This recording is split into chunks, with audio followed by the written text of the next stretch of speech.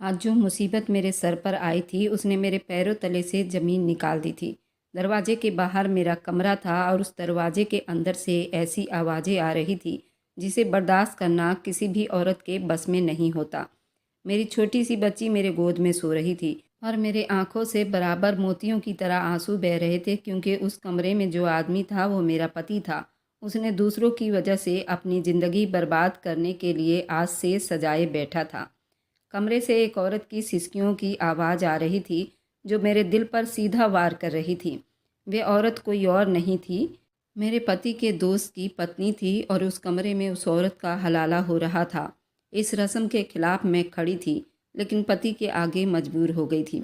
मुझे लगा कि मैं कोई नेकी कर रही हूँ, लेकिन उस गुनाह में मैं भी शामिल हो गई थी। हर सिसकियाँ, हर आहें मेरे दिल पर वार कर रही थी, लेकिन मैं चाह कर भी कुछ नहीं कर सकती थी, क्योंकि ये सब कुछ मेरे परमिशन से हो रहा था। मेरा पति तो खुश था क्योंकि उसका कुछ नहीं जाना था, उसे तो मज़े आ रहे थे, लेकिन ये रातें उसके ज़िंदगी के लिए बहुत बड़ा मुश्किल खड़ा करने वाला था और वह इस बात को समझ नहीं रहा था। लेकिन एक औरत के लिए ये बहुत बड़ी परीक्षा होती है, अपने पति को अपने ही सामने किसी और औरत के साथ देखना और बर्दाश्त करना। मेरे लिए ये शर्त सिर्फ 4 दिनों के लिए था, लेकिन उस 4 दिनों में मैंने अल्लाह से दुआ मांगी, या अल्लाह इस रस्म को हमेशा के लिए ख़त्म कर दे, इस पर लानत भेज दे। अल्लाह ने मेरी दुआ सुन ली और 4 दिनों के बाद मेरा सब कुछ उजड़ चुका था और मेरी दुनिया बदल गई थी। और ये उस दिन की बात थी, लेकिन अब जो मेरे सर पर समस्या आई थी मेरा सब कुछ बहा कर ले जाने वाली थी। मैंने अपने पति को बहुत समझाने की कोशिश। मैंने अपने पति से कहा, आप उनके झगड़े में क्यों घुस रहे हैं? देखिए, कहीं कल कोई चीज़ हमें कोई मुश्किल में ना डाल दे। इस बात ने उनके चेहरे पर अजीब सी गंभीरता आ गई थी।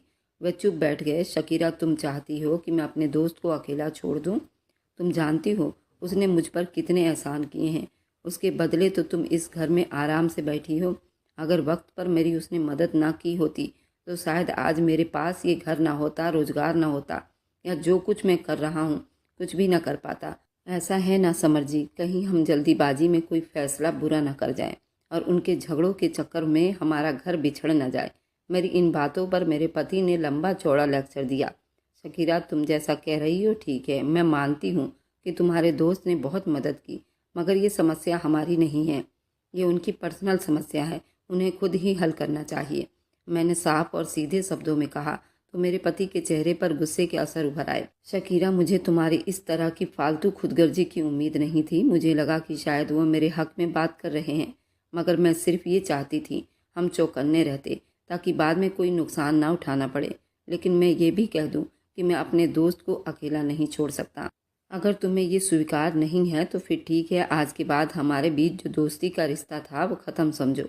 ये कहकर मेरे पति ने दरवाज़ा फटाफट बंद कर दिया और मेरी आंखों में आंसू आ गए। हम सिर्फ पति पत्नी ही नहीं बल्कि अच्छे दोस्त भी थे और इस दोस्ती ने हमारे रिश्ते को और मजबूत बना रखा था। जब पति और पत्नी के बीच सच्ची दोस्ती हो तो रिश्ता और ज़्यादा मधुर हो जाता है और ज़्यादा दिनों तक चलता है। मैंने उनके हाथ पर हाथ रखकर कहा, आप मेरी बात समझने की कोशिश नहीं कर रहे हो समर। मगर वह गुस्से में कमरे से बाहर जा चुके थे और मैं बेचारी चुप से अपना बुरा सा मुंह लेकर रह गई। समझ नहीं आ रहा था कि समर को आखिर क्या हो गया है। अभी कुछ घंटे पहले की ही तो बात है जब उनके करीबी दोस्त ने गुस्से के हाल में अपनी पत्नी को तलाक जैसे शब्द बोलकर अपना रिश्ता ख़त्म कर लिया। अब वो मेरे पति से मदद मांग रहे थे। हैरान थी कि आखिर यह आदमी अपने पर्सनल मामले में मेरे समर को क्यों घसीट रहा है। आखिर वह उनकी क्या मदद कर सकते थे, और सबसे बढ़कर मैं कैसे बर्दाश्त कर लेती कि मेरे पति किसी और औरत से निकाह कर ले, चाहे वक्त के तौर पर सही, लेकिन मैं अपने पति को नहीं बांट सकती थी। इस ख्याल ने मुझको अंदर से तोड़ कर रख दिया था। शाम के साए गहरे होने लगे। मैंने सोचा चलो खाना ही बना लूँ। मैं कमरे से बाहर निकली। घर सुनसान था, समर कहीं दिखाई नहीं दे रहा था। इतने में मेरी छोटी बेटी जुबीन के रोने की आवाज़ ने मुझे चौंका दिया। शायद मैं नींद से जाग चुकी थी। मैं रसोई में जाने के बजाय जल्दी उस कमरे में गई जहाँ मेरी नन्ही सी गुड़िया भूख से बेहाल हो रही थी। अभी उसकी उम्र बड़ी मुश्किल से 8 महीने की थी और हमारी शादी को 2 साल हुए थे। मैंने उसे प्यार से गोद में उठाया, तसल्ली देते हुए रसोई की तरफ चल पड़ी। मैंने जल्दी से उसका दूध बनाया, दूध पिलाया। वह सुकून से चुप हुई मैंने प्यार से उसके बालों में हाथ फेरा और उसको झूले में लिटा दिया, उसे चारपाई के पास रख दिया। कुछ पल उसे देखकर दिल में अजीब सा प्यार उमड़ता था और डर की लहर साथ में आई थी। अगर हमारा रिश्ता बिगड़ गया तो इस मासूम बच्ची की इसमें क्या गलती होगी। मैं दोबारा रसोई में गई और खाना बनाने लगी, मगर मेरा दिमाग अभी समर के ख्यालों में उलझा हुआ था। ऐसा लग रहा था जैसे वो मुझसे नाराज होकर गए हैं और ये ख्याल मुझे अंदर से बेचैन कर रही थी। मैं नहीं चाहती थी किसी और के झगड़े की वजह से हमारे दोनों के बीच झगड़ा हो, मगर समर तो जैसे अपने दोस्त मकसूद की मदद करने के लिए जिद पकड़कर बैठे थे। तो आखिर में मैं कर भी क्या सकती थी। लेकिन एक बात मैं जानती थी कि समर मेरी परमिशन के बिना कोई कदम नहीं उठा सकते थे। शायद इसलिए 2 बार मुझसे पूछ भी चुके थे ताकि मैं खुद हाँ कह दूं। अभी तक मैंने साफ जवाब नहीं दिया था, मगर दिल में उलझन बढ़ती जा रही थी। कभी कभी चुप्पी भी एक फैसला बन जाती है, मगर मैं चाहती थी इस बार सोच समझकर कदम उठाऊं। मैंने सोचा कि इस समस्या पर किसी और से राय लेनी बहुत ज़रूरी है। जल्दी ही मेरे दिमाग में मेरी सहेली गुलशन का ख्याल आया, जो इस्लामिक तरीके से वे आलिम थी और हर जगह उसको लोग जानते थे। वे बहुत लोगों की मदद करती थी और वो मेरी बहुत पक्की वाली सहेली थी, हमेशा मेरा साथ देती थी। वो बहुत पढ़ी लिखी थी, दीनी इस्लाम भी और दुनिया भी, और सारी बातें बड़ी बारीकी से जानती थी। इसलिए मैंने तय किया कि उससे बात करूंगी, लेकिन उस वक्त फुर्सत नहीं थी। मुझे जल्दी से खाना भी तो तैयार करना था, क्योंकि समर के घर आने से पहले सब कुछ पूरा करना चाहती थी। और फिर मेरी बेटी भी तो थोड़ी ही देर में जागने वाली थी। मैंने जल्दी जल्दी आलू के पराठे बनाए, लेकिन सबर अभी तक नहीं आया था। दीवार पर लगी घड़ी अब 8 बजाने को जा रही थी। मेरी बेटी दोबारा जाग चुकी थी। मैंने उसे गोद में उठाया और आंगन में धीरे धीरे टहलने लगी। गर्मी कुछ ज़्यादा महसूस हो रही थी।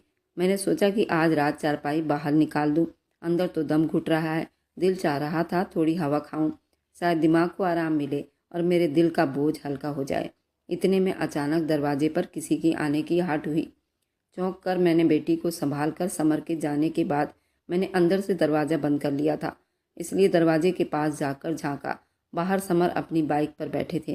चेहरे पर थकन उदासी साफ दिखाई दे रही थी। मैंने दरवाज़ा खोला, उन्हें सलाम किया, मगर उन्होंने मेरी बात का जवाब तक न दिया। सीधा अंदर चले गए। मेरा दिल गुस्से से भर गया।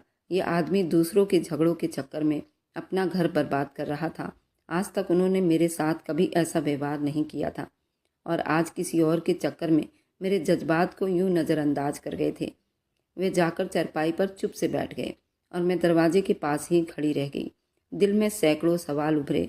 समर, आप मेरे साथ इंसाफ नहीं कर रहे। आखिर क्यों आप दूसरों की समस्याओं को अपने सर ले रहे हो? वह उनकी ज़िंदगी है और उनके चक्कर में आप अपनी ज़िंदगी को दांव पर लगा रहे हैं। ये उनका जाति मामला है, हमें उसमें दखल अंदाजी नहीं करनी चाहिए। मैंने बड़ी नरमी से उन्हें अपनी बात समझाने की कोशिश की, तो वे चुप से सर पकड़कर बैठ गए। उनके चेहरे पर मायूसी साफ देख सकती थी। सकीरा, मैंने तुमसे कभी ये उम्मीद नहीं की थी। मैंने सोचा था कि तुम इतनी देर घर में अकेली होगी तो शायद अब तुम्हारी सोच बदली होगी, मगर लगता है तुम अभी भी वहीं पर अटकी हुई हो।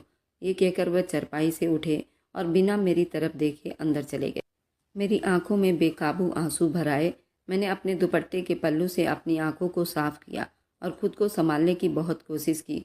दिल कह रहा था जाकर उन्हें रोक लूं, मगर मैंने अपने कदम रोक लिए थे। मैं मोबाइल उठाकर रसोई में चली गई। मेरी नन्ही बेटी जुबीन आंगन में आराम से सो रही थी। मैंने उसके पास पंखा चला दिया ताकि वह आराम से सो जाए। रसोई में आते ही मैंने अपनी दोस्त गुलशन को कॉल मिलाई। वही गुलशन जो हमेशा मेरा सहारा बनती थी, मगर बार बार कॉल मिलाने के बावजूद वो फ़ोन नहीं उठा रही थी। मेरी घबराहट बढ़ने लगी, जैसे मेरे दिल पर कोई बहुत बड़ा बोझ आ गिरा हो। मैं नहीं चाहती थी कि उसके राय के बिना कोई कदम उठाऊं। अंदर से एहसास हो रहा था ये रिश्ता गलत साबित हो सकता है। मैंने रसोई समेटा, बर्तन धोए और फिर कमरे में आ गई। समर अभी भी चुप बैठे हुए थे। मैंने माहौल को भांपने की और बदलने की बहुत कोशिश की और कहा, समर, मैं सोच रही थी आज हम बाहर सो जाएं, देखिए ना अंदर बहुत गर्मी है। मैंने मुस्कुराकर कहा। उन्होंने चौंक कर मेरी तरफ देखा। सब ठीक तो है? आज क्यों बाहर सोने के लिए कह रही हो? तुम्हें तो इससे पहले कभी बाहर सोना पसंद नहीं था, और वैसे भी इस कमरे में एसी भी तो चल रहा है, फिर तुम्हें बाहर क्यों सोना है? समर ने बड़ी हैरान होते पूछा था। उनकी बात सुनकर मैं बुझ सी गई। कुछ पल चुप रह गई। आज तक उन्होंने मेरी किसी बात पर एतराज़ नहीं किया था, मगर आज वे हर शब्द पर मुझे टोका टाकी कर रहे थे। शायद उनके दिल में अब कोई खिंचाव आ गया था और मैं महसूस कर सकती थी। हम दोनों के बीच हमेशा गहरी मोहब्बत थी, लेकिन अब किसी और की समस्याओं ने जैसे मेरी मोहब्बत के जड़ों को हिलाकर रख दिया था। मैं उनके दोस्त मकसूद को बहुत कोस रही थी।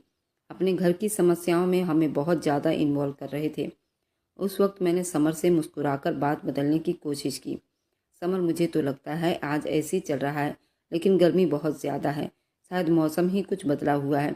मेरे शब्दों की मजबूती मुस्कुराहट वह भी महसूस कर सकते थे, मगर चुप रहे। इसलिए मैंने चारपाई बाहर निकाल कर रख दी। अगर आपको अच्छा नहीं लगता तो हम अंदर ही सो जाते हैं, मैंने नासमझी से कहा। समर के चेहरे पर हल्की सी मुस्कुराहट आ गई। वो मेरी तरफ देखते हुए बोले, शकीरा, मैं हमेशा तुमसे यही उम्मीद रखता हूँ कि तुम मेरी बात मानो, मगर समझ नहीं आता मेरे दोस्त की समस्याओं में तुम कितना गुस्सा कर रही हो। वह दोनों बेचारे किस तरह मुश्किल में पड़े हैं और हम एक मुसलमान होने के नाते उनकी मदद करनी चाहिए। मुझसे बड़ी आस लगाकर बैठे हैं। उन्होंने गहरी सांस ली, बात चालू रखी। उसकी पत्नी अभी भी उसके घर पर ही है, पर दोनों अलग अलग कमरों में रह रहे हैं। वह औरत भी उसे छोड़कर जाना नहीं चाहती और वह भी दिल से उससे भी प्यार करता है, लेकिन अब बहुत बुरा पछता रहा है और गुस्से ने उसे कहीं का नहीं छोड़ा। अब वो बुरी तरह से फंस गया है। बताओ, क्या मैं इस वक्त उसकी मदद ना करूं? और वह सवालिया नज़रों से मुझे देखते रहे, जैसे मेरी जवाब को हाँ में सुनना चाहते हों। मैंने उनके करीब जाकर बैठ गई। उनके शब्दों में बेचैनी थी। समर, मुझे एतराज़ नहीं, मैं सिर्फ चाहती हूँ कि पहले इस समस्या को अच्छी तरह जांच पड़ताल कर लूँ। हम इतना बड़ा कदम बिना सोचे समझे नहीं उठा सकते। मैंने उनके हाथ पर नरमी से अपना हाथ रखा। शायद वो मेरी बात समझ जाए। दिल में एक दर्द जरूर था, कहीं इस सच्चाई के चक्कर में हम कोई गलत कदम ना उठा ले। लेकिन वो मेरी तरफ देखकर गुस्से से बोले, क्या मतलब है तुम्हारा? आखिर उसमें कौन सा जुर्म हो जाएगा? मैं सिर्फ उससे निकाह ही तो करूँगा। वह औरत मेरे दोस्त की पत्नी है। मेरे दिल में उसके लिए इज्जत है। 2-3 दिन के अंदर मैं उसे छोड़ भी दूंगा और फिर मेरा दोस्त उससे दोबारा निकाह कर लेगा। समस्या यहीं पर ख़त्म हो जाएगी। क्या परेशानी है तुम्हें? आखिर उसमें तुम्हारा क्या हो जाएगा? मैं चुप से उसका चेहरा देखती रह गई। उनकी बातों में एक विश्वास झलक रहा था, मगर दिल में डर और बेचैनी बढ़ती जा रही थी। कभी कभी किसी की मदद करना इतना मुश्किल क्यों लगता है, जैसे खुद को बहुत बड़ी इम्तिहान में डाल देना। आखिर मैंने धीरे से कहा, समर, बस मुझे नहीं मालूम। आप मुझे 1-2 दिन का टाइम दो, मैं सोचकर आपको बताऊंगी। मेरी आवाज़ धीमी थी, अंदर से जैसे दिल मना कर रहा हो। अब मैं फंस चुकी थी कि आगे क्या करना है। मैंने कहा, सुबह सोचूंगी। मैंने ये कहकर बात वहीं ख़त्म की। समर चुप हो गया, मगर उनकी चुप्पी में रात छुपी हुई थी। मैं जानती थी वो मेरी मर्जी के बिना कोई कदम नहीं उठाएगा। मैंने आंगन से अपनी बच्ची को धीरे से उठाया, अंदर आ गई। मुझे अंदाजा था समर का बाहर सोने का इरादा अब बदल चुका है। उसके लिए मैंने एसी ऑन किया और बेड से टेक लगा ली। अब नींद आंखों से कोसों दूर थी। कमरे में चुप्पी थी, मगर दिमाग जैसे शोर मचा रहा था। समर और बच्ची दोनों अब सुकून से सो रहे थे। मैं जागती आंखों से छत को ही घूरे जा रही थी। दिल में एक अनजाना डर सा बैठ गया था, जैसे कोई आंधी तूफान मेरे पास आ रही हो। ऊपर से गुलशन भी मेरे कॉल का जवाब नहीं दे रही थी। दिल चाह रहा था अभी जाकर उससे बात करूं, मगर रात काफ़ी हो चुकी थी। मैंने सोचा सुबह होते ही सबसे पहले मैं गुलशन को फ़ोन करूंगी, शायद वो मेरी उलझन सुलझा दे। सुबह मेरी आंख जुबीन के रोने से खुली। वह रो रो कर बेहाल थी। वह अभी बहुत छोटी थी। वह 8 महीने की थी और बार बार दूध मांगती थी। मैंने उसे गोद में लिया, प्यार से चुप करवाया, रसोई में आ गई। मैंने जल्दी से उसका दूध बनाया, मगर बार बार दूध पीती और फिर रोती। मैं थक चुकी थी। कभी खाना बनाकर, कभी कपड़े धोना, ऊपर से बच्ची को संभालना, सब कुछ जैसे एक चक्कर में बदल गया था। माँ होना आसान नहीं होता, खास तौर पर जब दिल पर कोई बोझ हो। अब तो एक नई समस्या मेरे सर पर आ गई थी, जिसका हल मेरे बस में नहीं था। समर सुबह नाश्ता किए बिना दफ्तर निकल गए। उनके चेहरे पर फिक्र साफ दिखाई दे रही थी। जाते जाते बस इतना कहा, मैं पहले दोस्त के घर जाऊंगा, फिर ऑफिस पहुंचूंगा। मैं उन्हें रोकना चाहती थी, मगर शब्द जैसे जुबान पर आकर रुक गए हों।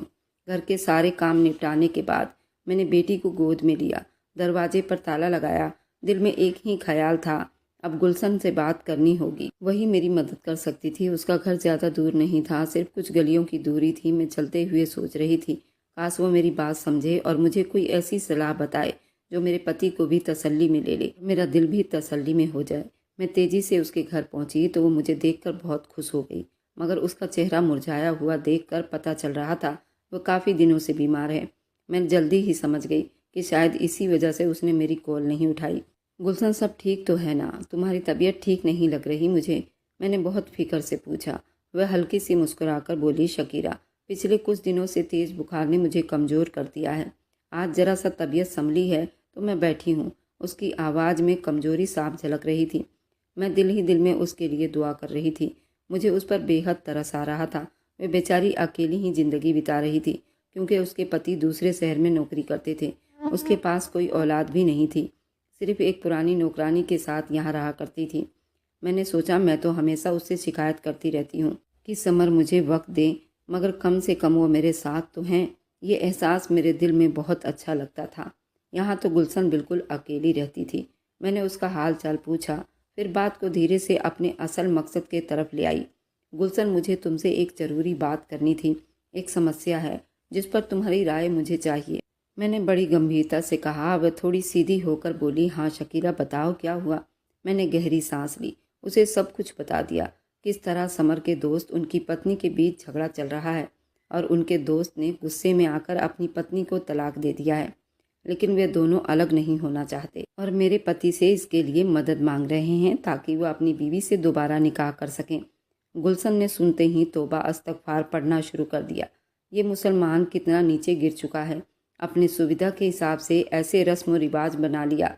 ये गुनाह कबीरा से कम नहीं है, जिसमें कुरान पाक में साफ साफ कहा गया है, उस आदमी पर अल्लाह पाक खुद लानत भेजता है जो अपनी बीवी की इज्जत नहीं करता, उसे ऐसे शब्द बोल देता है। इस तलाक की गुंजाइश कहीं भी नहीं है, लेकिन आदमियों ने अपने सुविधा के हिसाब से इसे रस्म की तरह बना लिया है। जब चाहे अपनी पत्नी को ये शब्द निकालकर उसे जलील करते हैं और फिर उसी के साथ रहना भी चाहते हैं, और उसके लिए उन्होंने एक अलग से हलाला रस्म बना लिया है।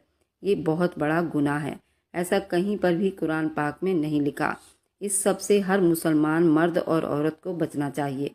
जैसे शादियों में हर राज्य में एक अलग रस्म देखने को मिल जाता है। उस रस्म से धर्म से कुछ लेना देना नहीं होता, लेकिन लोग अपने मज़े के लिए ऐसे रस्म को कर जाते हैं जो बहुत ज़्यादा गुस्से वाला भी होता है और बहुत ज़्यादा गुनाह में डाल देता है। शादियों में लोग कितनी बुरी बुरी गालियाँ निकालते हैं जो किसी भी बुनियाद पर ठीक नहीं, चाहे मुसलमान हो या फिर कोई भी धर्म हो। लेकिन ऐसे रस्म रिवाज इंसान ने खुद ही बनाए हैं और फिर इसे इस्लाम से जोड़ देते हैं। ये बहुत गुनाह करते हैं। तुम अपने पति को समझाओ, ये बहुत बड़ा गुनाह है। मुझे गुलशन की बात बहुत अच्छी लगी, लेकिन ये बात मैं अपने पति को कैसे समझा सकती थी, क्योंकि गुलशन से वह बहुत ही ज़्यादा गुस्सा करते थे। वह हमेशा तकरीरों में ऐसी ऐसी बातें कह देती थी जो लोगों को चुभ जाती थी, लेकिन उसकी बात हमेशा ठीक होती थी और इसलिए मेरा पति उससे बहुत चिढ़ा करता था। मुझे ख़ास तौर से समझाता था तो उससे बात ना किया कर, क्योंकि गुलशन का पति उससे बहुत प्यार करता था और उसके हर काम में उसकी मदद करता था, चाहे वह रसोई हो, चाहे वो बाहर का काम हो। हर जगह अपनी बीवी के साथ मिलकर काम करता था और ये बात कई मर्दों को चुभ जाती थी और उसे बुरा भला कहते थे, ख़ास तौर पर मेरा पति जो उसे एक आंख देखना नहीं चाहता था, क्योंकि मेरा पति घर में आते हिलकर पानी नहीं पिया करते थे। सारा उनको बेड पर ही चाहिए होता था और ऐसे मर्द इस चीज़ को कभी भी सपोर्ट नहीं करते। मुझे गुलशन और उसका पति कहीं से भी बुरे नहीं लगते थे। जो भी कहती थी डंके के चोट पर कहती थी। गुलशन को तो औरतों में से सभी उसे पसंद करते थे, लेकिन मर्दों में से कई उसकी बुराई करते थे। अपने पति को गुलाम बनाकर रखती है, लेकिन उसे गुलशन को कोई फ़र्क नहीं पड़ता था। गुलशन तो मेरी बात सुनकर ही चीख उठी थी, शकीरा, तुम्हारा दिमाग तो ठीक है, बातें तो सरासर गलत है और बहुत ही ज़्यादा गुनाह की तरफ ले जाती है। मैं इस बात को बिल्कुल भी नहीं मानती। ये सिर्फ एक रस्म है, वह भी बहुत गुनाह वाली। उसके शब्द मेरे दिल पर हथौड़े की तरह लगे। मैं चुप से उसे देखती रह गई और पहली बार मुझे लगा शायद इस वक्त एक बहुत बड़ी उलझन में फंस चुकी हूँ। गुलशन ने गहरी सांस ली, बड़ी गंभीरता से बोली, जाकर अपने पति को समझाओ, इस गुनाह से बचे और खुद को बचाओ। ऐसे दोस्ती यारी दीमक की तरह होती है जो घर को ही बर्बाद कर देती है। इस्लाम में तो तलाक शब्द बोलना ही मना है। भला ठीक कैसे हो सकता है? यही रिश्ता है जो अल्लाह के बहुत नज़दीक है और अल्लाह जब भी कोई मियाँ बीवी को खुश देखता है तो उस पर अल्लाह अपनी तरफ से रहमत नाजिल करता है।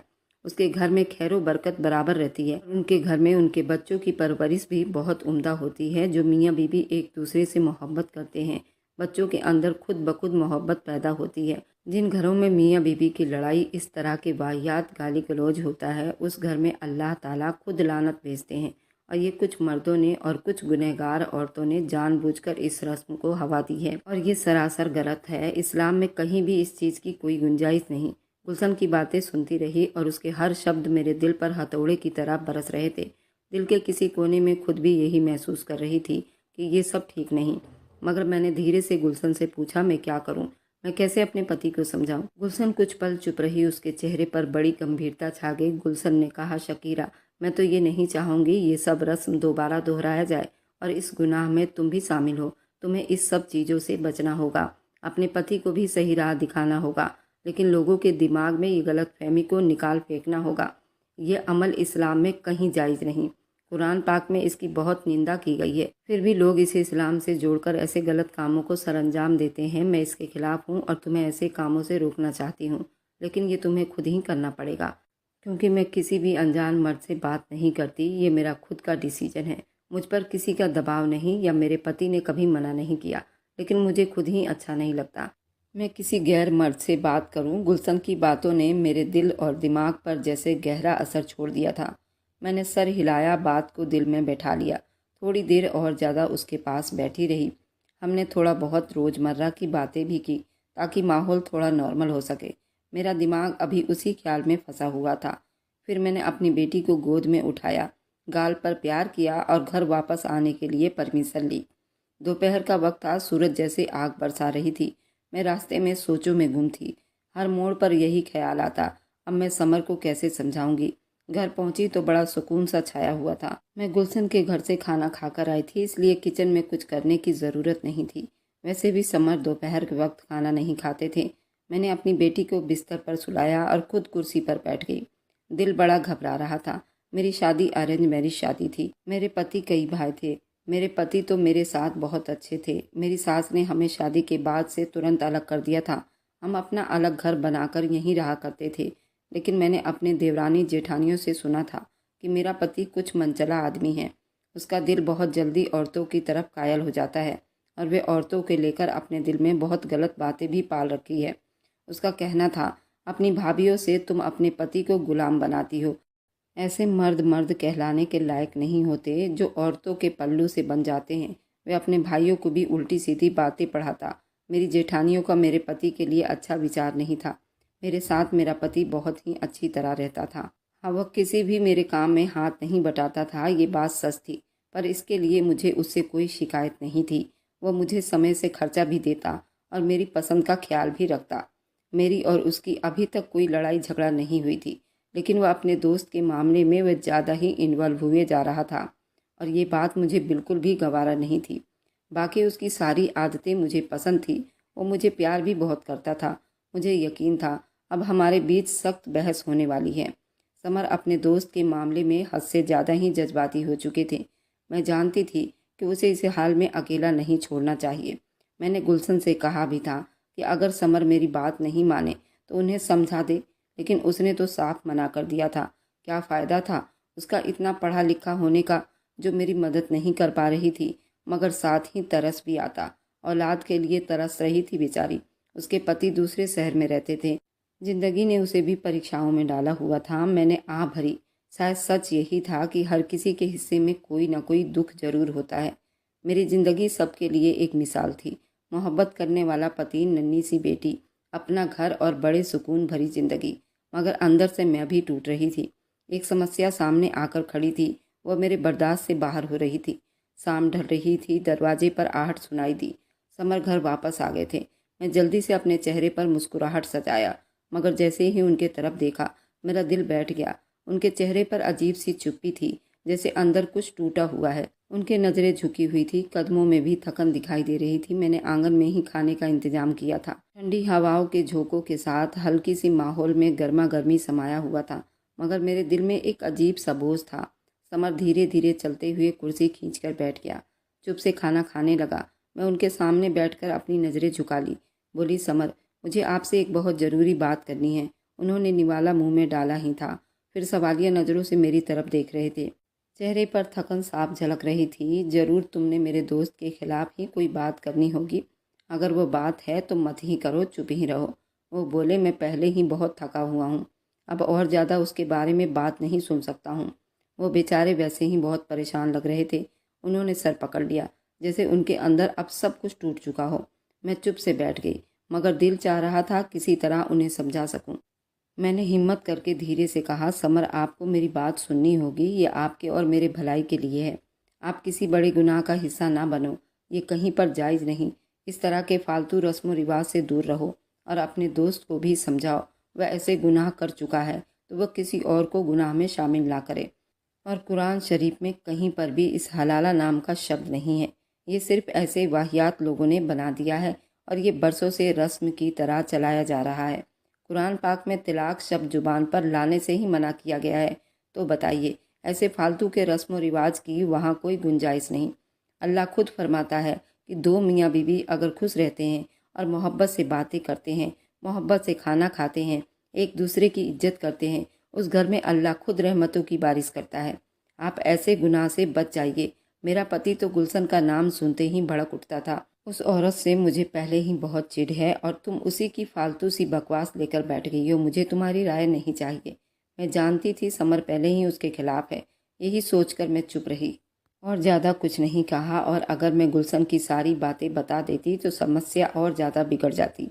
मैंने नज़रें झुका ली। चुप से उस पल में सिर्फ पंखे की घूमने की आवाज़ सुनाई दे रही थी। मैं सोच रही थी, आखिर क्यों मेरे पति को गुलशन से इतनी नफरत थी। आज मैं इस बात को अच्छे से समझ सकती थी। वह तो हमेशा मुझे अच्छी बातें बताया करती थी। वह कोई फालतू औरत नहीं थी। वह तो वैसे ही लोगों से कम ही मुलाकात करती थी, अच्छी राय देती। मैंने कई बार महसूस किया था समर को उसकी कोई भी बात मेरे मुंह से अच्छी नहीं लगती थी और हमेशा कहता, उससे दूर रहा करो, नहीं तो बिगड़ जाओगी। मुझे गुलशन में ऐसी कोई बुराई नज़र नहीं आती थी। वे अक्सर कहते, सकीरा, अपनी ज़िंदगी तुम खुद दूसरों के वसूलों पर मत गुजारा करो। मैंने कई बार उसकी बातें बड़ी गौर से सुनी। कई मर्द तो उसके ऐसी बातों पर अपने घर को जन्नत बनाए बैठे थे और समर जैसे लोग उससे बहुत चिढ़ा करते थे। ऐसे लोगों की वजह से ही ऐसे रस्म रिवाज जिंदा रहते हैं। अगर हर कोई ऐसी रस्म रिवाज से परहेज करे तो ये ज़िंदगी बहुत सुकून में बीतेगी। लेकिन लोगों को भी अपनी ज़िंदगी में हमेशा इस तरह के रस्म रिवाज बड़े अहमियत रखते हैं। मेरा पति कहने लगा, वे औरत घर के झगड़े सुलझाने के बजाय उसमें माचिस डालकर आग लगाना चाहती है और आज के बाद इस घर में गुलशन की कोई बात नहीं होनी चाहिए। वो मेरी सच्ची दोस्त थी, मगर समर की नज़रों में वो हमेशा एक दूसरे को भड़काने वाली औरत लगती थी। लेकिन वह हक की बातें करती थी। मैंने गहरी सांस ली और धीरे से कहा, समर, वह सिर्फ चाहती है कि हम कोई गलत कदम ना उठाएं। बस इतना ही धीरे से कहा। मगर समर मुझ पर भड़क उठा था। जाकर अपने कमरे में लेटा ही था कि उसके फ़ोन पर मकसूद का फ़ोन आने लगा। वह शायद बहुत ही परेशान था। प्लीज़ मेरी बात आराम से सुनो, मैं आपको सब कुछ समझाता हूँ। उसके बाद जैसे आप चाहोगे वैसा ही कर लेंगे। मैं दौड़कर उनके चारपाई के पास आई। मैंने उनका हाथ पकड़ लिया। मेरे हाथ कांप रहे थे, शायद वह भी महसूस कर गया था। कुछ पलों वह वहाँ रुका, फिर धीरे से बैठ गया। हवा में एक बहुत बोझ था, जैसे दीवार भी हमारी बातों को सुनने लगी हो। मैंने नरमी से कहा, समर, गुलशन ने कहा है कि हलाला इस्लाम में कोई मायने नहीं रखता। ये सिर्फ एक रस्म है। अल्लाह ने खुद तलाक को नापसंद किया है। तो फिर ये कैसा तलाक जिसमें एक औरत को बार बार निकाह और फिर तलाक के चक्कर में डाला जाता है। इस्लाम में तो इसकी कोई परमिशन नहीं दी गई। मैंने पूरी गंभीरता से अपनी बात पूरी की, मगर समर के चेहरे के असर बदल गए। वह गुस्से से मुझे घूरने लगे। मुझे पता था सकीरा, तुम्हारा दिमाग उसने कबाड़ कर दिया है और इसके आगे तुम किसी और की भलाई नहीं सोच सकती। वह दो कौड़ी की औरत अपने पति को गुलाम बनाकर बैठी है, खुद को कुछ पता नहीं, और तुम्हारे दिमाग में उल्टी सीधी बातें भरती है। ये तो हर जगह ही ऐसी सिचुएशन से बचने के लिए ही ये हलाला रस्म किया जाता है। तो तुम बहुत बड़ी मुल्लानी ना बनो। तुम्हारी दोस्त खुद को सबसे ज़्यादा अक्लमंद समझती है। उनके शब्दों में बहुत कड़वाहट झलक रहा था। मेरे दिल को बिल्कुल चीर कर रख दिया था। और तुम सुन लो, मैं अपने दोस्त की पत्नी से सिर्फ निकाह करूँगा और कुछ नहीं। मैं उससे कोई सुहाग रात नहीं मनाऊँगा। तुम मेरी मलिका हो। मैं तुम्हारे सिवा किसी को आंख उठाकर भी नहीं देखूंगा। बस उसकी समस्याएं हल हो जाएगी, इससे ज़्यादा और कुछ नहीं चाहिए। ये सब सुनकर मेरे अंदर का रूह कांप गया था। मेरी आंखों से आंसू बहने लगे, मगर मैं बोल ना सकी। दिल के किसी कोने में कुछ टूट गया था। वह कह रहे थे किसी और औरत से निकाह करेंगे तो मेरे तन बदन में आग लगी थी। मेरे अंदर दर्द और दुख बेबसी एक साथ जाग उठे थे। ऐसा लगा जैसे मेरी जिंदगी की नींव को हिला दी गई है। मैं चुप से उठी, आंसू बिना पूछे कमरे की तरफ चल पड़ी। हर कदम के साथ दिल भारी होता जा रहा था। कुछ देर बाद समर भी पीछे आए। उनकी बाहों में मेरी बेटी थी जो हल्का सा रो रही थी। उन्होंने नरमी से बेटी को बेड पर लिटा दिया, फिर मेरे पास आकर बैठ गए। शकीरा, प्लीज़ मेरी बात समझने की कोशिश करो, उन्होंने धीरे से कहा। मेरा दोस्त बहुत परेशान है, वह टूट चुका है, डिप्रेशन में चला गया है, उसका कारोबार भी ठप हो चुका है, ऊपर से उसकी पत्नी बीमार है। वे दोनों एक घर में रहते हुए भी मीलों दूरियां बनाकर बैठे हैं, अलग अलग कमरों में हैं, ना सुकून ना बातचीत, उनकी ज़िंदगी हराम हो चुकी है। उन्होंने मेरी तरफ देखा जैसे हमदर्दी की उम्मीद कर रहे हों। शकीरा, मैं सिर्फ उसकी मदद करना चाहता हूँ, वो मेरा भाई जैसा है। मेरी जगह अगर तुम्हारा कोई दोस्त होता तो क्या तुम यूं ही उसे हाथ पर हाथ धरे बैठी रहती? मैंने चुप से उनकी बातें सुन ली। दिल में एक जंग छिड़ चुकी थी। अकल कह रही थी ये गलत हो रहा है, और समर के शब्दों ने नरमी पैदा कर दी थी। उसका भला करना चाह रहे थे। समर कह रहे थे, शकीरा, इस बेचारे ने तो गुस्से में तलाक दी थी, अब वो गलती को ठीक करना चाहता है, तो आखिर इसमें बुराई क्या है? मैं चुप से उनकी बातें सुन रही थी, लेकिन दिल दिमाग सुन हो गया था, जैसे समझने की ताकत खो गई हो। वह जैसे जिद पर अड़े थे मैं उनकी बातों को मान लूं, मगर मेरा दिल किसी हाल भी ये मानने को तैयार ही नहीं था। मैंने धीरे से कहा, समर, आप जो कह रहे हैं वह अपनी जगह है, लेकिन समस्या का हल इस तरह नहीं निकलता। अगर सच में उनकी पत्नी को तलाक हो चुकी है तो बेहतर है कि कुछ वक्त के लिए वह अपने मायके चली जाएं। अपने दिल दिमाग को सुकून देने के लिए मेरे दिमाग में बार बार मेरी सहेली गुलशन की बातें घूम रही थी। ये गुनाह कबीरा है। उसने ये बातें सुनकर कितनी बार तौबा तौबा इस्तगफार पढ़ा था, कितना गुस्सा हो गई थी। गुलशन ने यही बताया था, इस्लाम में हलाला की कोई जगह नहीं, बल्कि ये एक रस्म है। गुलशन ने यही समझाया था, अगर कोई औरत तलाक के बाद दूसरा निकाह करे और दूसरा पति अपनी मर्जी से उसको तलाक दे तो ही वो पहले पति के साथ निकाह कर सकती है, मगर इसमें कोई भी मंसूबाबंदी नहीं होनी चाहिए। समर को वही सब समझाने की कोशिश कर रही थी, मगर वह चेहरा बनाते हुए कहने लगे, तुम्हारी दोस्त हर वक्त उल्टी सीधी बातें तुम्हें बताती रहती है। समर, जो कुरान में है वही ठीक है। कुछ देर के लिए हमारे बीच बिल्कुल गहरी चुप्पी छा गई। कमरे में सिर्फ मेरी बेटी की रोने की आवाज़ गूंज रही थी। मैं जल्दी से उसे उठा लिया और धीरे से उसे हिलाने लगी ताकि वह चुप हो जाए। समर चुप बैठे मोबाइल में बिजी था। अचानक उनके फ़ोन पर फिर से मकसूद का फ़ोन आने लगा था। जैसे ही उन्होंने कॉल अटेंड की, उनके चेहरे के असर बदल गए थे। आंखों में मायूसी, शब्दों में थकन आ गई थी। उन्होंने कहा, हाँ यार, मैंने पत्नी से बात की थी, मगर वह तो बिल्कुल समझने को तैयार नहीं। हर बात को वह समस्या बना लेती है। मैंने उनके चेहरे की तरफ देखा तो दिल भर आया। ऐसा लगा जैसे फैसले की घड़ी आ चुकी है। मैं क्या करूं? मकसूद, मैं तुम्हारी मदद करना चाहता हूं, लेकिन उसकी मर्जी के बिना मैं कुछ नहीं कर सकता। समर की आवाज़ में थकन, उलझन मुझे महसूस हो रही थी। मैं जो अभी अभी कमरे से बाहर निकली थी, आंगन में धीरे धीरे चक्कर लगा रही थी, मगर मेरे दिल के अंदर अजीब सा सुकून उतर आया था। मैं उनकी बातें गौर से सुन रही थी और दिल ही दिल में उनके शब्दों की नरमी ने मुझे छू लिया था। मेरे चेहरे पर बेकाबू एक हल्की सी मुस्कुराहट आ गई। ये सोचकर अच्छा लगा, मेरे पति मेरी मर्जी के खिलाफ कुछ भी नहीं करना चाहते। दिल ने एक शुक्रिया कहा, वह कम से कम मेरे एहसान की तो कदर करते हैं। लेकिन साथ ही ये ख्याल आया, शायद मुझे अभी उनका साथ देना चाहिए। आखिर मैं भी पिछले कुछ दिनों से अजीब से उलझन में पड़ी हुई थी। उनके दोस्त के समस्याओं ने हमारी ज़िंदगी को भी जैसे अपनी लपेट में ले लिया था।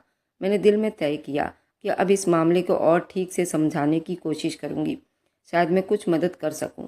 मुझे गुलशन की बातें याद आई। उसने साफ कहा था ये सब बहुत गलत है, मगर मेरा दिल चाहता था कि मैं खुद भी इस बात के तह तक जाऊंगी। मैं जब कमरे में वापस गई तो समर चुप और उदास बैठा था। ना उन्होंने मुझसे कोई बात की, ना मैंने उनके शब्द पर कोई रिएक्ट दिखाए। ऐसे लगे जैसे वक्त थम सा गया हो। फिर उन्होंने धीरे से लैंप बंद किया, करवट बदलकर सो गए। मजबूरन मैंने भी आंखें बंद कर ली, मगर मेरे दिमाग में सवालों का भीड़ था।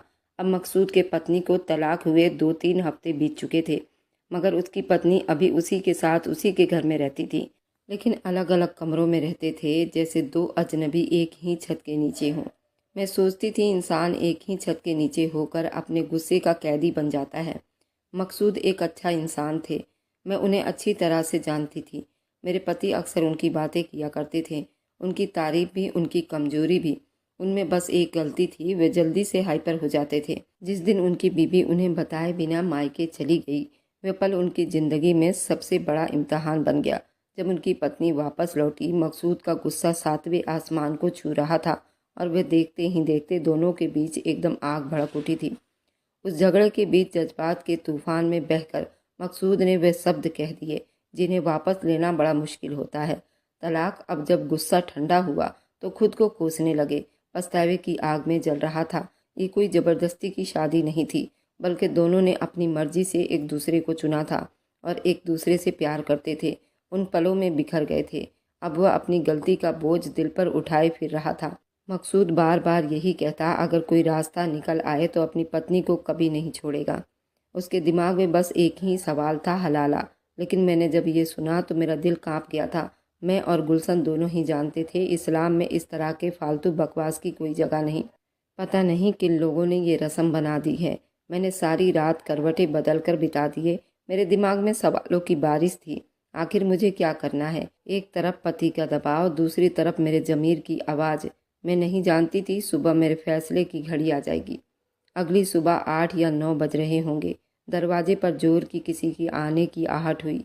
आज जुम्मा का दिन था, दफ्तर नहीं गए थे, इसलिए घर में चुप थे। मैं भी किचन में काम कर रही थी, चाय चढ़ा रखा था जब तक किसी के आने की आवाज़ सुनाई दी थी। मुझे अंदाज़ा हो गया था कि बाहर कौन हो सकता है, लेकिन समर के चेहरे पर एक अजीब सा थकन था, जैसे वह अपनी बेइज्जती महसूस कर रहे हों। मेरी वजह से अपने दोस्त की मदद नहीं कर पा रहे थे। उन्हें मेरी इजाज़त चाहिए थी। ये कैसा वाहियात रस्म था? मुझे बहुत ज़ोर से गुस्सा आ रहा था। उन्होंने जल्दी से जूते पहने और गेट की तरफ बढ़ गए। किचन के खिड़की से मैं उनकी तरफ देख रही थी। जैसे ही दरवाज़ा खुला तो सामने मकसूद और उनकी पत्नी को देखकर मैं चौंक गई। वह औरत पूरी तरह बुर्के में लिपटी हुई थी, मगर फिर भी उसकी आंखों में चुप्पी, उदासी साफ झलक रही थी। उसे देखते ही मेरा अपना दिल बैठ गया था, जैसे आने वाले पल को किसी बड़े फैसले का इंतजार हो। समर ने उन्हें बड़ी अदब से बुलाया। वे दोनों हॉल में जाकर बैठ गए। यहाँ मैंने अपने आप को बड़ी मुश्किलों से संभाला हुआ था। जल्दी चाय बनाने में बिजी हो गई। पहले तो 2 कप चाय बना रही थी, लेकिन अब उन लोगों के लिए भी चढ़ा दिया था। चाय की खुशबू पूरी किचन में फैल रही थी, मगर मेरे दिल में अजीब सा बोझ उतर आया था। साथ ही कुछ बिस्कुट और नमकीन एक खूबसूरत ट्रे में सजाकर धीरे धीरे हॉल की तरफ बढ़ गई। हॉल में पहुंचकर मेरी नज़र उस औरत पर पड़ी जिसे मैं पहले कई बार मिल चुकी थी। वह पहले भी बहुत प्यार से मिलती थी और बहुत ही प्यार दिखाती थी। उसकी बातों ने हमेशा नरमी हुआ करती थी। हम उनकी शादी में भी गए हुए थे। वह दिन आज भी मुझे याद था, जब दोनों के चेहरे पर खुशी चमक रही थी। अभी सिर्फ 4 महीने बीते थे, अब उनके चेहरे पर जैसे बरसों का गम उतर आया था। मैंने चाय उनके सामने रखी, मगर दोनों चुप से एक दूसरे की तरफ देखने लगे। न किसी ने हाथ बढ़ाया, न कोई बात की। मेरे पति ने माहौल की चुप्पी को तोड़ते हुए एक कप चाय उठाया और मकसूद भाई के हाथ में थमा दिया। वह जबरदस्ती कमज़ोर सी मुस्कुराहट के साथ कप को थाम कर बैठ गए। मैंने सोचा शायद अगर मैं उनकी पत्नी को चाय दूं तो कुछ हल्का महसूस करेगी। मैंने टेबल से दूसरा कप उठाया और धीरे से उस औरत के हाथ में चाय थमा दिया। वह चाय पकड़ते ही उसकी आंखों से एक आंसू छलक कर नीचे गिरा, उसके नकाब को भिगो गया। उस पर मेरा दिल अजीब सा भर आया, जैसे उसकी खामोशी खुद एक फरियाद बन गई हो। ऐसा लग रहा था जैसे वह अपने पति के करीब आना चाहती हो, मगर हिम्मत नहीं कर पा रही थी। दोनों एक ही गाड़ी में आए हुए थे, मगर उनके बीच बहुत दूरियां थी, जैसे दिलों में दीवार खड़ी हो। मैं जैसे हर शब्द पर सांस किसी फैसले के इंतजार में हो। मकसूद भाई ने धीरे से कहा, भाभी, मैं आपके पास सिर्फ एक आस लेकर आया हूँ।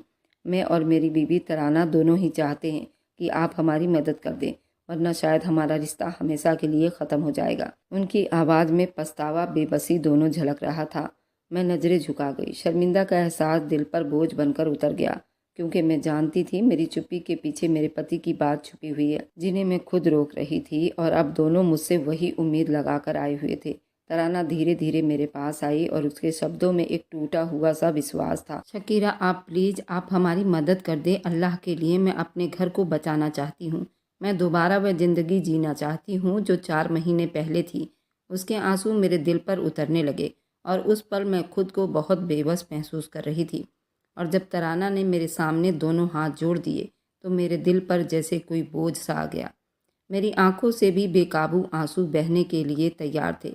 उस पल मुझे बहुत एहसास हुआ कि जब इंसान से गलती हो जाए तो उसे अपनी घमंड को कितने नीचे ले जाना पड़ता है। वह लड़की देखने में बहुत ज़्यादा खूबसूरत थी, पढ़ी लिखी थी, मॉडर्न लग रही थी। उम्र में भी मुझसे कुछ साल छोटी होगी, मगर आज वह इतनी कमज़ोर और हारी हुई लग रही थी कि दिल कांप उठा। मैंने जल्दी आगे बढ़कर उसके हाथ थामे और नरमी से नीचे कर दिए। फिर उसे अपने गले से लगा लिया। उसकी हालत देखकर मेरा दिल दुख गया था। मैं जानती थी उस वक्त कोई भी शब्द उसके दुख को कम नहीं कर सकता था। मेरे अंदर एक अजीब सी चुप्पी छा गई थी, जैसे दिल और दिमाग दोनों एक दूसरे से उलझ गए हों। मेरे पति बार बार मुझे सवालिया नज़रों से मेरे तरफ तके जा रहे थे, जैसे आंखों ही आंखों में मुझसे पूछ रहे हों, शकीरा अब तुम्हारा फैसला क्या है। लेकिन मेरे होठों पर जैसे चुप्पी लग गई थी। मैं चाहकर भी कोई जवाब न दे पाई थी। दिल कह रहा था उन्हें हाँ कर दूं, मगर अकल बार बार मुझे रोक रही थी। मैंने दोनों पति और पत्नी को देखकर, जो अब एक दूसरे के लिए अजनबी बन चुके थे, मगर उनकी आंखों में अभी भी वही पुरानी मोहब्बत झलक रही थी, मुझे उन पर तरस आने लगा। शायद एहसास इंसान को इंसान बनाता है। मैं दिल ही दिल में अल्लाह से दुआ मांगने लगी, या रब किसी दुश्मन के साथ भी ऐसी समस्या ना हो। मेरे पति ने धीरे से कहा, शकीरा तुम जानती हो ना, गलती दोनों से हुई थी। मकसूद ने गुस्से में तलाक दी, मगर तराना ने भी उस वक्त शब्दों का ख्याल ना रखा। मैंने सर हिलाया, क्योंकि मैं जानती थी वे ठीक कह रहे हैं। अक्सर रिश्ते एक पल के गुस्से में बिखर जाते हैं। मकसूद भाई दोबारा बोले, भाभी प्लीज़ कुछ कहिए ना। आप समर भाई को परमिशन दे दें। आपकी एक फ़ैसले से हमारा घर फिर से बच सकता है। उनके शब्दों में ऐसी तड़प और विनती थी, मैं खुद को संभाल ना पाई। मैंने अपना सर दोनों हाथों में थाम लिया। दिमाग जैसे भारी पत्थर बन गया था।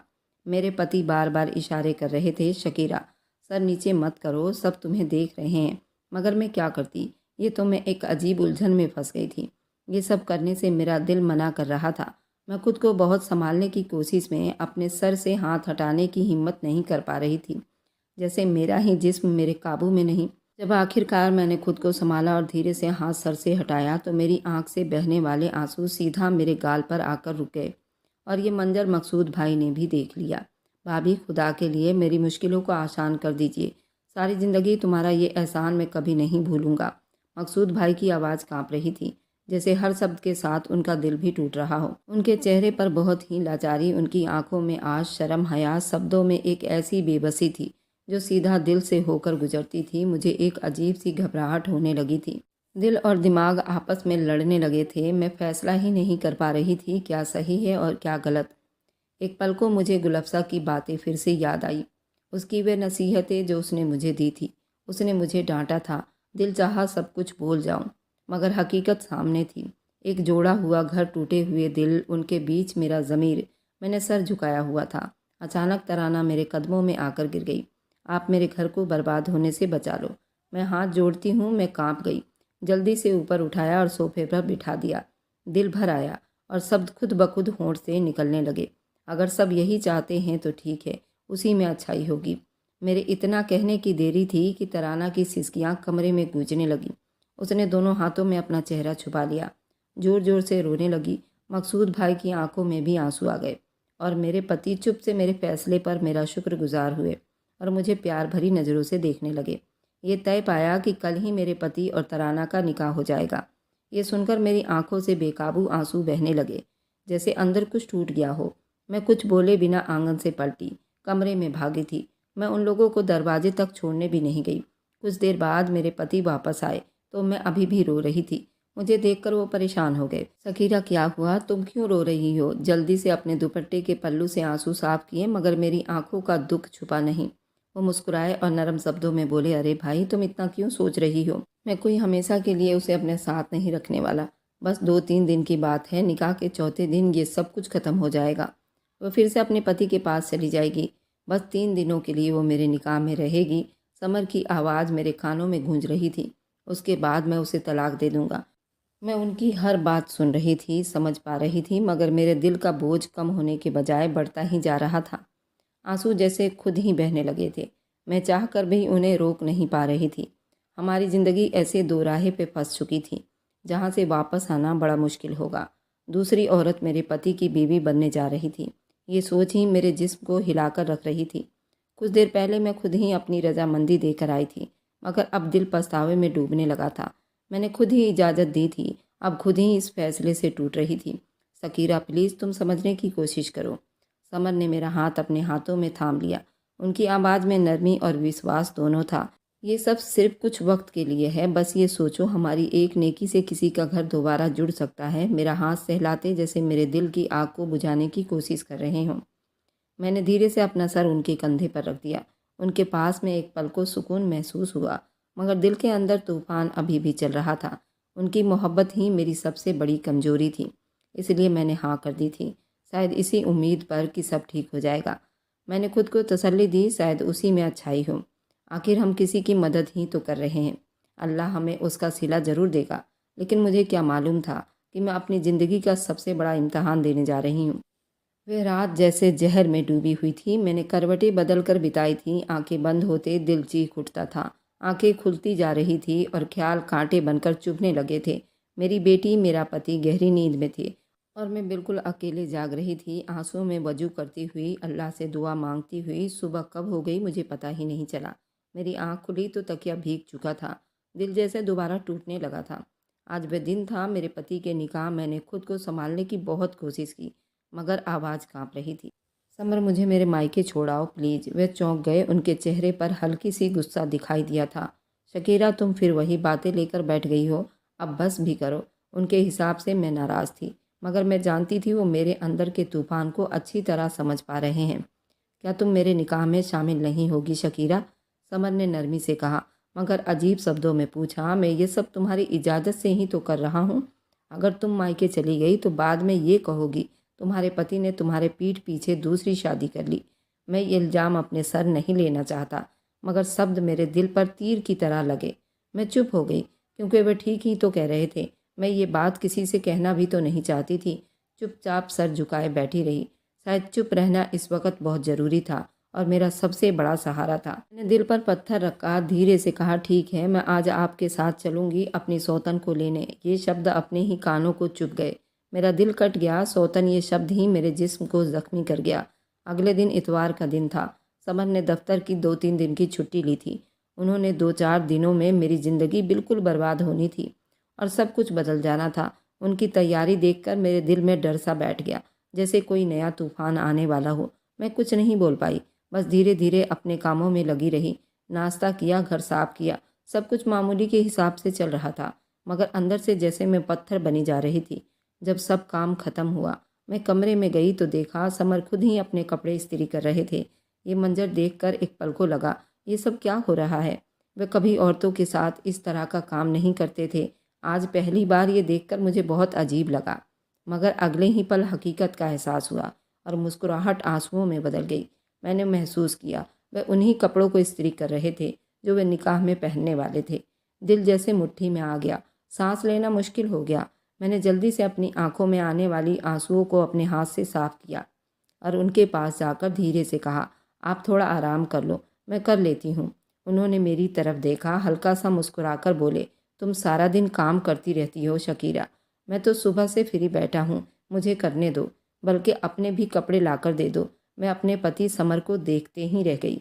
एक पल में वो कैसे बदल चुके थे मुझे तो अंदाज़ा ही नहीं था, और मैं ये नहीं जानती थी उनके गुनाह उन्हीं को ले डूबेगी। उनके शब्दों की नरमी ने मेरे दिल के ज़ख्मों पर थोड़ा सा नमक छिड़कने का काम किया।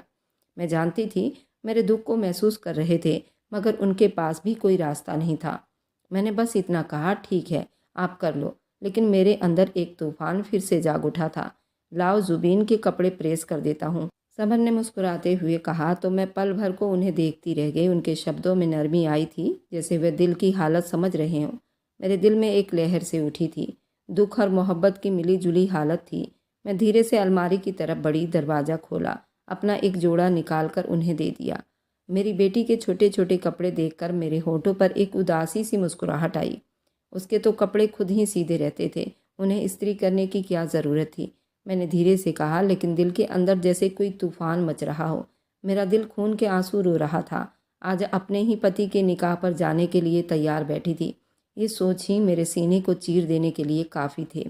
भले ही मैंने खुद इजाज़त दी थी, क्योंकि मैं अपने पति से बेहद मोहब्बत करती थी। मुझे नहीं पता था इसके बाद मेरी दुनिया वीरान हो जाएगी। मगर एक औरत के लिए इससे बड़ा इम्तिहान और कोई नहीं हो सकता। मेरे लिए ये दिन मेरी ज़िंदगी का सबसे कठिन दिनों की शुरुआत थी। दोपहर के करीब घड़ी में 2 बज चुके थे। मकसूद भाई के घर पर ही ये निकाह का प्रोग्राम रखा गया था।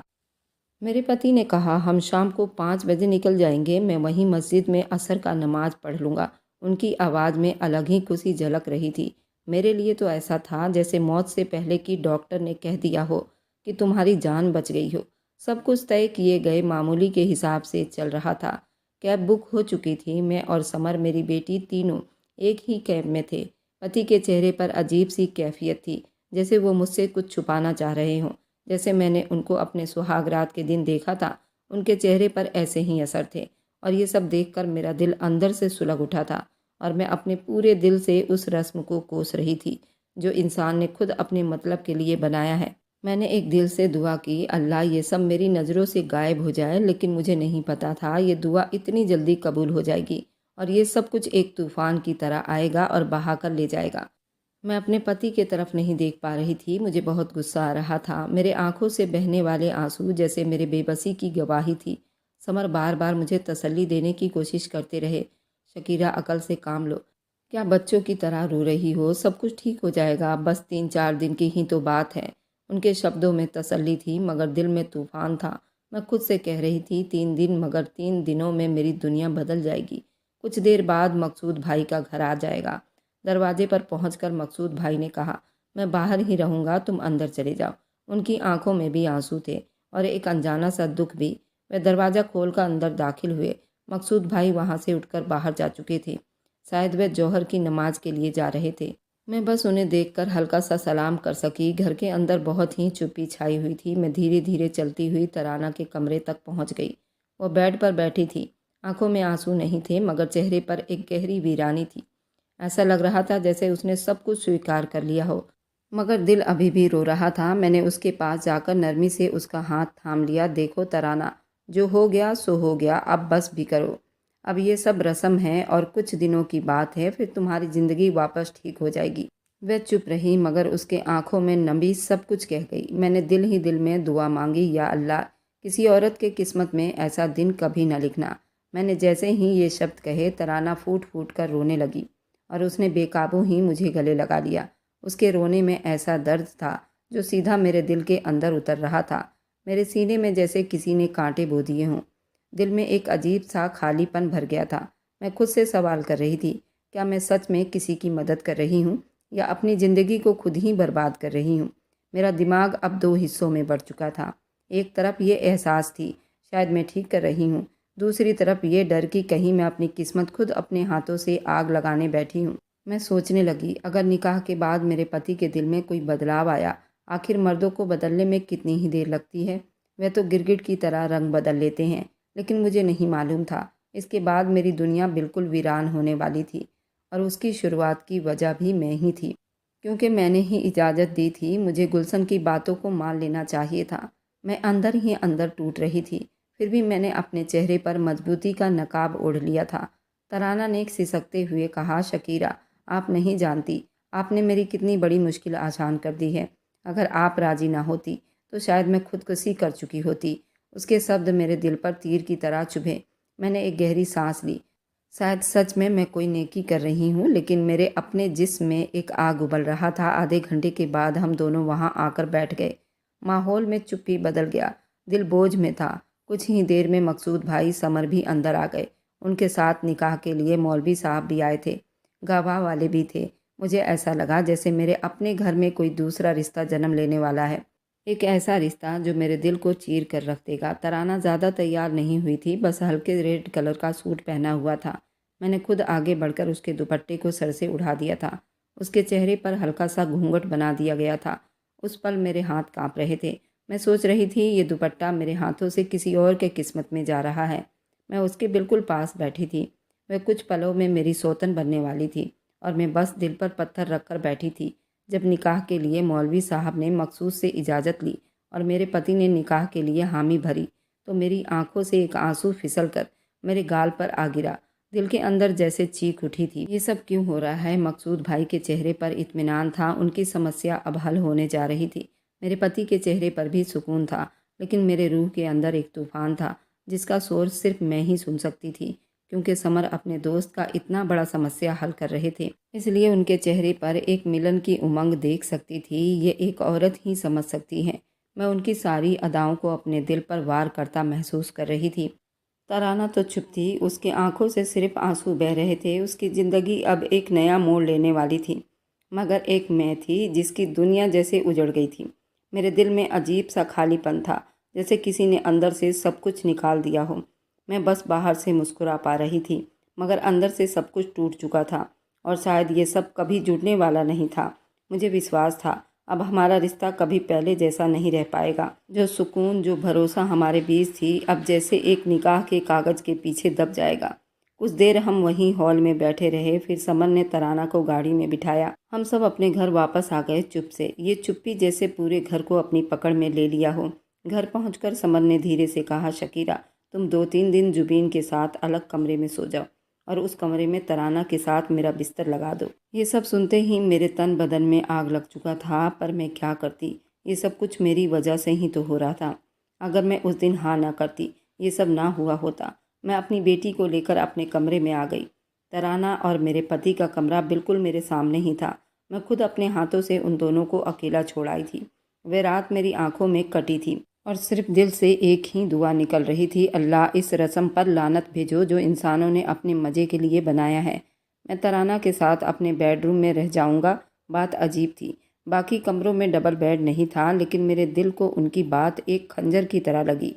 मैंने उनके तरफ देखा, मगर ज़ुबान जैसे बंद हो गई थी। दिल में गुस्सा और दुख एक साथ उमड़ आए थे। मैंने चुपके से रूबी को उठाया और दूसरे कमरे में चली गई। दरवाज़ा बंद करके मैं बिस्तर पर बैठ गई। आंखों से आंसू बराबर बह रहे थे। दिल में बस यही ख्याल घूमता रहा, अब मेरा पति किसी और के साथ है सारी रात। मैं इसी सोच में ज़ोर ज़ोर से रोने लगी थी। ये मोहब्बत तो नहीं था जो मैं आज तक समझ रही थी। नहीं जानती थी कि समर मुझसे इतनी मोहब्बत करते हैं, वे इतनी जल्दी मेरे पास लौट आएंगे। 10-15 मिनट ही बीते होंगे कि दरवाजे पर हल्की सी आहट हुई। मैं चौंक गई, कौन हो सकता है। दरवाज़ा खोला तो सामने समर खड़े थे। मेरा दिल धड़कने लगा। उन्होंने आते ही कहा, शकीरा, तुम क्यों मूड ख़राब कर रही हो? मैंने सब कुछ तुम्हारी इजाज़त से तो किया है। ये सब 2-3 दिन की बात है, बर्दाश्त कर लो ना। सितारा क्या सोचेगी? मेरी बीवी कैसी है? उनकी आवाज़ में नमी थी, मगर मेरे दिल में तूफान था। मैं चुपचाप उनके सीने से लग गई। वो मुझे तसल्ली दे रहे थे। मैं उनकी बातें चुप से सुन रही थी। उनके शब्दों में सच्चाई थी। वे सच में मुझे दुख देना नहीं चाहते थे। मैंने दिल ही दिल में सोचा, शायद मैं ही ज़्यादा रिएक्ट कर रही हूँ, या फिर शायद ये हर औरत की फितरत होती है। वह अपनी सौतन को बर्दाश्त नहीं कर सकती, चाहे वो एक दिन के लिए ही क्यों ना हो। मैंने आंसू पोंछकर उनसे कहा, ठीक है समर, मैं दिल पर पत्थर रख लूँगी और 3-4 दिन बिता लूँगी, मगर उन 3 दिनों के अंदर सब कुछ वापस पहले जैसा होना चाहिए। मेरा दिल अब और ज़्यादा बर्दाश्त नहीं कर सकता। अंदर ही अंदर मैंने उनसे कहा, आपको तराना को तलाक देनी होगी, और वह भी तय वक्त पर। मेरी आवाज़ कमज़ोर पड़ गई थी, मगर दिल के अंदर डर और बेचैनी का तूफान था। समर मुस्कुरा दिए, जैसे सब कुछ उनके काबू में हो। नरमी से बोले, मेरी जान, तुम्हें क्या लगता है कि मैं 2-3 दिन के बाद भी तराना को अपनी पत्नी बनाकर रखूँगा? ऐसा कुछ नहीं होगा। मैंने पहले से ही फैसला कर रखा है। चौथे दिन मैं खुद उसे तलाक दूंगा और वह यहाँ से चली जाएगी। फिर सब कुछ पहले जैसा हो जाएगा, बिल्कुल वैसा जैसा पहले हमारी ज़िंदगी थी। उनकी आंखों में एक अलग सी चमक उभर आई थी। मुझे पता था ये चमक क्यों आई है, और यही मुझे अंदर से तोड़ रही थी। मैंने उनके शब्द पर मुस्कुरा दिया, मगर आंखों में आंसू तैरने लगे। वो मुझे तसल्ली देकर उस कमरे में चले गए और अंदर से कुंडी लगा ली। मेरा दिल जैसे तूफान मचा रहा था। ऐसा लग रहा था अब सब कुछ खत्म हो जाएगा, और सच में जो महसूस कर रही थी वही सब हुआ। उस रस्म ने मेरी दुनिया उजाड़ कर रख दी थी। मैं बिस्तर पर बैठ गई, हथेली से आंसू साफ किए। दिल में बार बार यही ख्याल आता था, क्या सच में ये सब कुछ ठीक हो पाएगा, या फिर किसी बड़ी मुसीबत की शुरुआत हो चुकी है। मैंने सारी रात रोते हुए बिता दी। आंखें सूज गई थी, दिल टूट कर बिखर गया था। सुबह जब आंख खुली तो कमरों में अजीब सा सन्नाटा था। मैं धीरे से उठी, दरवाज़ा खोला, देखा पति के कमरे का दरवाज़ा अभी भी बंद था, यानी वे अभी तक जागे नहीं थे। मैं फिर से चुपचाप अपने कमरे में वापस आई, जुबीन को गोद में उठाया और उसे सीने से लगा लिया। मेरी बेटी सुकून से सो रही थी, मगर मेरे अंदर की माँ तड़प तड़प कर मर रही थी। ये सब मैं क्या कर रही हूँ? कुछ देर के बाद मैंने खुद को संभाला और किचन में चली गई। चूल्हा जलाया, नाश्ता बनाने लगी। अभी मैं चाय का कप डाल ही रही थी कि पीछे से समर आ गए। उनके चेहरे पर ताजगी थी, जिस तरह मेरी सुहाग रात पर चहक रहे थे। उन्होंने नाश्ता उठाया, बिना कुछ कहे सीधा तराना के कमरे की तरफ बढ़ गए। मेरा दिल एकदम टूट कर बिखर गया। ऐसा लगा जैसे किसी ने मेरा जिस्म कुचल दिया हो। मैं चूल्हे के सामने खड़ी थी, मगर आंखों के सामने सब धुंधला हो गया था।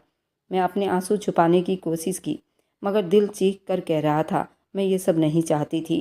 4 दिन मुझ पर पहाड़ की तरह बीते, लेकिन पति के चेहरे पर गुलाब खिल रहा था। फिर आज वह दिन आ गया।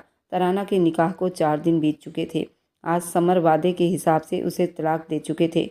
मैं दरवाजे के पीछे खड़ी ये शब्द सुनती कांप उठी थी। अल्लाह के किताब में दिए गए कानून को कैसे खिलौना समझ लिया था। अल्लाह ने तो साफ शब्दों में कहा है, इस शब्द की कोई गुंजाइश ही नहीं है। ये शब्द मियाँ बीवी के लिए बना ही नहीं है। फिर ये इंसान कैसे गंदी सोच और चाहत के लिए अपने हिसाब से उसे इस्तेमाल कर रहे हैं। ऐसा कहीं भी कुरान में नहीं है, लेकिन लोग बड़ी आसानी से किए जा रहे हैं। मेरा दिल इतना रोया था कि मैं अल्लाह के आगे दुआ मांगने लगी, अल्लाह समर को इस गुनाह से बचा ले। अल्लाह के घर में देर होती है, लेकिन अंधेर नहीं होती। समर तराना को लेकर अब मकसूद भाई के घर पहुंच चुका था। वहां मौलवी साहब पहले से ही थे और उन्होंने उन दोनों का निकाह दोबारा कराया। मेरे पति वापस आ गए थे। 1 हफ्ते बीत गए थे। पति वापस रोज की तरह ड्यूटी जाते। सब पहले की तरह नॉर्मल हो चुका था। मकसूद भाई फ़ोन करके मेरा शुक्रिया अदा कर रहे थे। कहने लगे, शकीरा, तुम्हारी वजह से आज मेरा घर दोबारा बस चुका है। शकीरा, ये बात कहीं नहीं पहुंचनी चाहिए। ये बात हम चारों के बीच में ही रहनी चाहिए। मैंने मकसूद भाई से थोड़ी बहुत बात करके सलाम करके रख दिया था। समर ड्यूटी से आए तो बहुत ज़्यादा ही थके हुए दिखाई दे रहे थे। आते ही बिस्तर पर लेट गए और ऐसे लगातार हो रहा था जब से तराना गई थी। पति मेरे साथ एक बार भी नहीं सोए थे। वे नाराज़ भी नहीं थे। ऐसा लगता था बहुत ज़्यादा थक गए हों। 15 दिन के अंदर तो उनकी हालत इतनी ख़राब हो गई कि मुझे उनको अस्पताल में एडमिट कराना पड़ा था। ये बहुत कमज़ोरी महसूस कर रहे थे। बुखार उतर भी नहीं रहा था। डॉक्टर ने 1 हफ्ते की दवाई दी और डिस्चार्ज कर दिया। मुझे तो पहले बिल्कुल नॉर्मल लग रहा था, यूं ही बुखार होगा, लेकिन 1 हफ्ते के बाद भी दवाई से कोई फ़र्क नहीं पड़ा। उनका वज़न लगातार घटता ही जा रहा था। अब कि मैंने डॉक्टर बदल लिया था और दूसरी जगह उनको एडमिट करवा लिया था। मेरी तो दुनिया ही हिलती हुई नज़र आ रही थी। इधर मेरी इतनी छोटी सी बच्ची थी, उधर पति की भी तबीयत लगातार गिरती जा रही थी। मकसूद भाई भी अस्पताल में थे। डॉक्टर के पूरा चेकअप करने से जो रिपोर्ट मेरे सामने आई, मेरे पैरों तले से ज़मीन निकली थी। मेरे पति को एड्स हो गया था और बहुत जल्दी उनके पूरे बॉडी को हावी कर चुका था। और एक दिन ऐसा आया जिसने मेरी पूरी दुनिया उजाड़ दी। मेरे पति का इंतकाल हो गया था। मकसूद भाई तराना भी बहुत परेशान थे। उनका कफन दफन किया गया। मकसूद भाई मेरा पूरा सपोर्ट कर रहे थे, लेकिन उनकी वजह से जो कुछ हो गया था वह कभी वापस नहीं आ सकता था। तराना और मकसूद भाई बहुत शर्मिंदा रहते थे। वो मुझसे नज़रें नहीं मिला पा रहे थे। मेरे पति के इंतकाल को 6 महीने बीत चुके थे। मेरा सारा खर्चा मकसूद भाई ही चला रहे थे और उन्होंने कहा था, तुम्हें कुछ भी सोचने की ज़रूरत नहीं, तुम मेरी बहन जैसी हो। उनकी बीवी तराना ने मुझे बहुत माफ़ी मांगी थी और कहा था, हमने भी डॉक्टर को चेकअप करवाया है और हम दोनों पति पत्नी को ही एड्स हो गया है, लेकिन डॉक्टर का कहना है कि दवाइयों से रिकवर हो जाएगा। मेरी वजह से आपके पति की जान गई है। मैं इसके लिए बहुत शर्मिंदा हूँ। मेरा निकाह जब उनसे हुआ था, उस 4 दिन में उन्होंने मेरे साथ न जाने कितनी बार किया था। बार बार यही कह रहे थे, बस 4 दिन है मेरे पास। अगर ये सब नहीं होगा तो इस रस्म का कोई मतलब नहीं। ये सब तो करना ही पड़ेगा। मुझे भी उनसे छुटकारा चाहिए था, तो मैंने उनको कुछ भी ना कहा। और 4 दिन वो मेरे जिस्म को पूरा चाट चुके थे। उन्होंने न जाने उस 4 दिनों में कितनी बार किया था। मेरी तो बस हो गई थी, लेकिन वे नहीं थके थे। शायद उन्होंने इसके लिए एनर्जी ड्रिंक भी ली थी, जिसकी वजह से वे लगातार ये सब करते जा रहे थे। चौथे दिन तो मुझे चला भी नहीं जा रहा था, लेकिन मैं ये सब सहन कर गई, क्योंकि मुझे अपने पति को दोबारा पाना था। ये सब बात करके वो रोने लगी थी और कहा कि आप मुझे माफ़ कर दो, मैं भी बहुत गुनहगार हूँ। इसी तरह वे लोग मेरा पूरा खर्च उठाते रहे। अब समर को गुजरे 4 साल हो चुके थे। तराना का भाई विदेश में रहता था। 1-2 बार मेरे घर भी आया था और उसे शायद मैं पसंद आ गई थी। उसने अपनी बहन से मेरे बारे में बात की। तराना ने डरते डरते ये बात मुझ तक पहुँचाई थी। तराना का भाई कंवारा था और उम्र में मुझसे छोटा था, लेकिन उसे मैं पसंद आ गई थी। वो मेरे साथ निकाह करना चाहता था। मकसूद भाई ने भी मुझसे कई बार पूछा, अगर तुम अच्छा समझो तो ये निकाह कर सकती हो, नहीं तो मैं पूरी ज़िंदगी तुम्हें खिला सकता हूँ, तुम्हारी बेटी को अच्छे स्कूल में पढ़ाऊँगा। लेकिन मैं भी अपनी ज़िंदगी को दोबारा से जीने का सोचा और तराना के भाई साजिद से मैंने निकाह कर लिया। मेरी बेटी 6 साल की थी। साजिद सच में मुझसे बहुत प्यार करता था। उसने कभी मुझे ये महसूस नहीं करवाया कि मैं शादीशुदा थी। मैं एक बच्चे की माँ थी। वह हमेशा मुझसे इस तरह प्यार करता जैसे मैं कोई कुंवारी लड़की हूँ। मेरी बेटी को भी अपनी जान से ज़्यादा चाहता था। साजिद ने कभी मेरी पिछली ज़िंदगी के बारे में कुछ नहीं पूछा था और ना ही मैंने कभी साजिद को कुछ बताया था। लेकिन आगे बस इतना ही कहना चाहूँगी, हलाला को लेकर लोगों के दिमाग में कई गलतफहमियाँ हैं। लोग तो ऐसे बताते हैं जैसे कि ये सब हमारे कुरान में है, लेकिन मैं बता दूँ, कुरान में साफ साफ इस चीज़ से परहेज़ करने को बताया गया है। औरत और मर्द को दोनों को इस सब से दूर रहने को कहा गया है। जब शब्द कहने से इतना परहेज है, फिर ये सब रस्म झूठी और ये सब गंदे सोच का नतीजा है। मेरे पति भी इस गुनाह में इस दुनिया से चले गए। अल्लाह ने दुनिया में ही उन पर अजाब नाजिल कर दिया और तराना और मकसूद भाई की भी कोई औलाद नहीं है। अल्लाह ने उनको भी बेऔलाद कर दिया। अल्लाह सभी गुनहगारों को सज़ा ज़रूर देता है, लेकिन इंसान को महसूस देर में होती है। मेरे 3 बच्चे हैं, 2 बेटा और 1 बेटी। साजिद बहुत ही अच्छा इंसान है। जितनी उसकी तारीफ़ करूं उतना ही कम है। अल्लाह ने मुझे हर बुराई से बचा लिया। अब आप लोग बताइए, क्या मैंने साजिद से निकाह करके अच्छा किया या गलत? अगर आपको ये कहानी अच्छी लगी है तो मेरे चैनल को लाइक और सब्सक्राइब करते जाएं।